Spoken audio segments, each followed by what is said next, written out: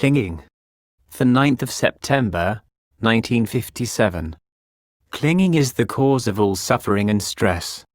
It's what gives rise to states of becoming and birth. It's not at all safe. Whatever appears and takes shape is bound to create suffering. Just as when a person's money appears in a way that other people can see, there are bound to be thieves who will steal it away. When you have money, you're afraid if people see it. You're afraid even if they don't. In the same way, when people cling to the 5 aggregates as their self in this world, they suffer. When they die and go to the next world, they suffer still. The clinging we feel has 3 kinds, or 3 time frames: past, present, and future. In each time frame there are 5 aggregates, which means that each of us has 15 aggregates. And when we have so many aggregates to carry around, it's no wonder we suffer. When we look ahead, we start wondering, if I live until 60, 70, or 80, what's it going to be like? If I fall into poverty, what will I do? When we think like this, we start worrying in all kinds of ways. If we think about good things, we get enthralled. If we think about bad things, we get disheartened. Some people think about bad things so much that they get really discouraged and despondent. That's because they cling to their thoughts and preoccupations. This is called having 5 heavy stones placed in front of us. Then we turn around and look behind us. When we die, what will happen to our children and grandchildren? We might think of giving them part of the family fortune so that they'll be able to set themselves up in life. But then we think of how foolish they can be. If they take our family fortune and gamble it all away, what will we do? When we think like this, it makes us discouraged. Other times we think of our own good qualities, our children's good qualities, in the present, and it makes us happy. That's another 5 heavy stones. So altogether we have 5 stones in front of us, 5 stones behind us, and 5 stones in the present. Our right hand clings to physical phenomena, our left hand to mental phenomena. We hold on to form, feeling, perception, thought constructs, and consciousness as ourself. So we carry a burden in our right hand, a burden in our left hand, and more burdens placed on a pole over our shoulder.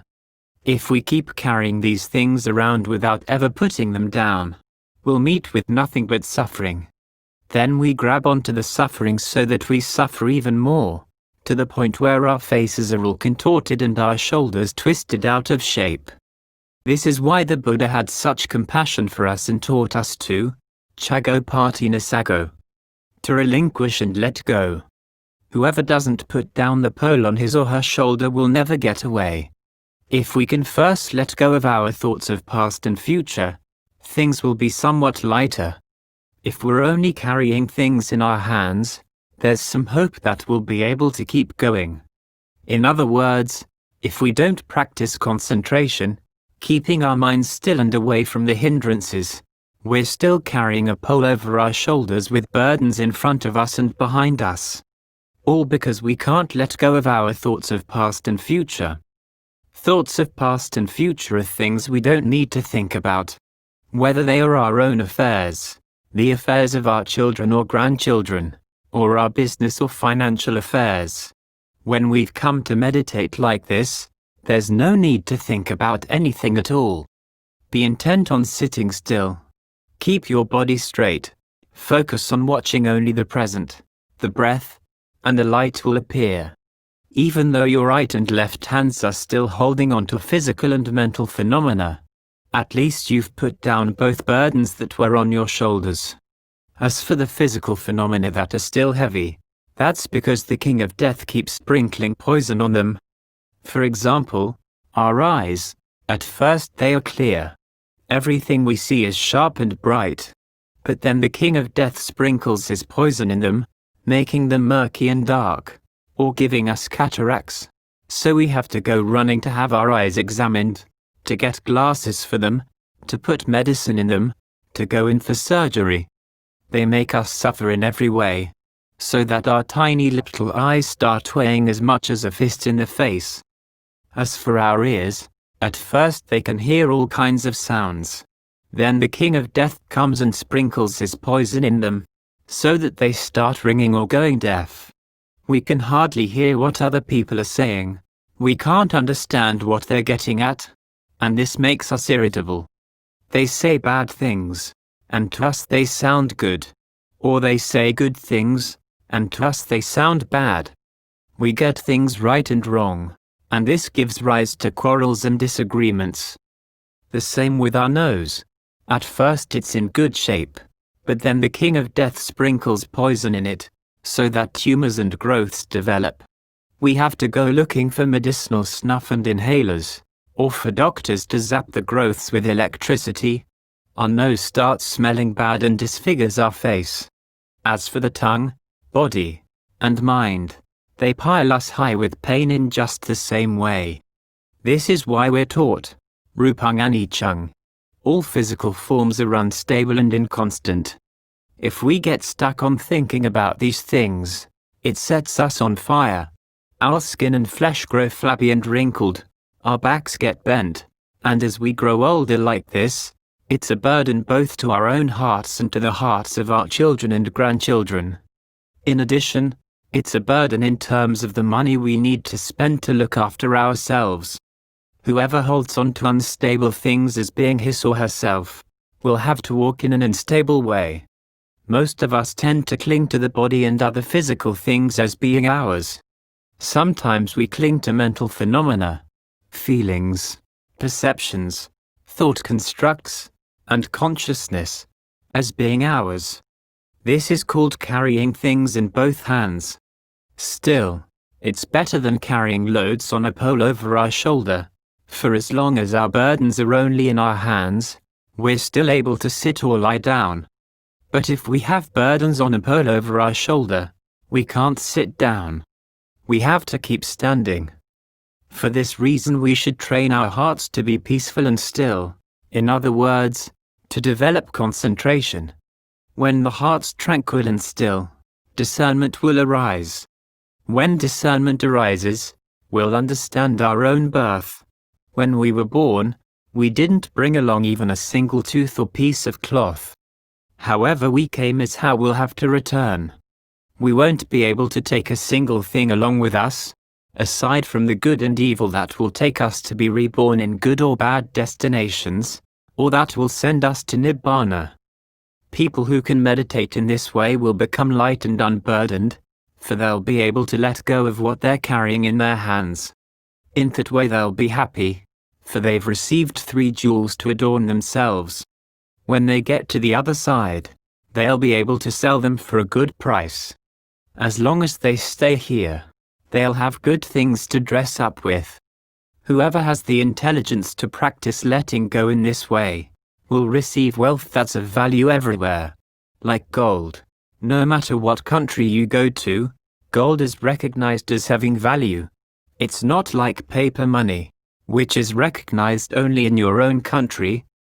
For this reason, when we can train the mind to let go, so that it's released from holding on to the future, the past, and the present, it's as if we've received an entire ingot of pure gold.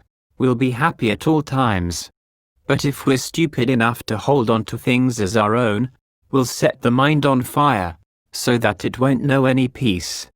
This is why the Buddha has warned us, whoever clings to physical or mental phenomena, or to mental labels and thoughts, will have to be so burdened that they won't be able to get anywhere. Ultimately, they'll have to die stuck in the world, like the monkey who stole melons from the old couple's field, and ended up getting stuck in a tar trap and dying on the spot. It's a story they tell, as an analogy for how painful and difficult clinging can be.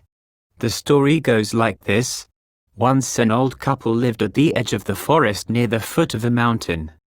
It so happened that their rice fields were flooded and they couldn't grow any rice, so they cleared fields on the mountainside and planted them with corn, beans, watermelons, and cantaloupes to have enough food to make it through the year. At night, though, porcupines and other animals kept coming to eat their crops, while during the day, birds and monkeys would come and harass them. So eventually the old couple decided that they'd have to sleep out in the fields to keep watch over them and set out traps to protect them. The old man would keep watch at night, while the old woman would keep watch by day. One day a troop of monkeys came and invaded the field. No matter how much the old woman tried to chase them away, they wouldn't leave her alone. They'd jump from that tree to this, teasing and pestering her to the point where she had no time for her midday rest. So she came up with an idea. She went into the forest and found some tree sap that she boiled until it was a nice sticky tar. Then she took the tar and spread it all over any trees or stumps that the monkeys liked to use as their perches. The next day a huge troop of monkeys came, stealing watermelons and cantaloupes and eating their fill. Now one of the monkeys, a female, had 2 babies. One of her babies was sick, so she left it home with her husband for him to look after, while she came along with a troop with the other baby hanging down in front of her chest. While eating the melons she thought of her sick baby, so she decided to take some back for the baby and her husband. When she had eaten her fill, she stuffed 2 tiny melons into her cheeks for her baby and grabbed a large melon that she hugged to her chest for her husband. As for the baby hanging in front of her, she had it hang onto her back. Just as when she was all set to go, the old woman, carrying a shovel, happened to come across the monkeys and gave chase. Startled, the monkeys all ran off, except for the mother monkey, who could do nothing but jump back and forth because she was so weighed down in front, weighed down in back, weighed down in her mouth. She tried calling for help, but no sound came out. She happened to jump up onto a stump that the old woman had smeared with a thick, soft glob of tar. The old woman came straight at her with the shovel, so the monkey decided to jump away, but she couldn't budge. Her tail was curled up and stuck in the tar. She tried to pry her tail loose with one of her paws, but the paw got stuck. She used her other paw to pry off the tar, but that one got stuck too. Seeing that the tar on her paw was black and sticky, she sniffed it, only to get her paw stuck to her nose.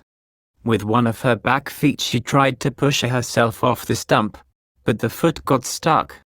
Then she used the other foot to wipe the first one off, but her 2 feet got stuck together as if they were tied up with a rope. She couldn't move.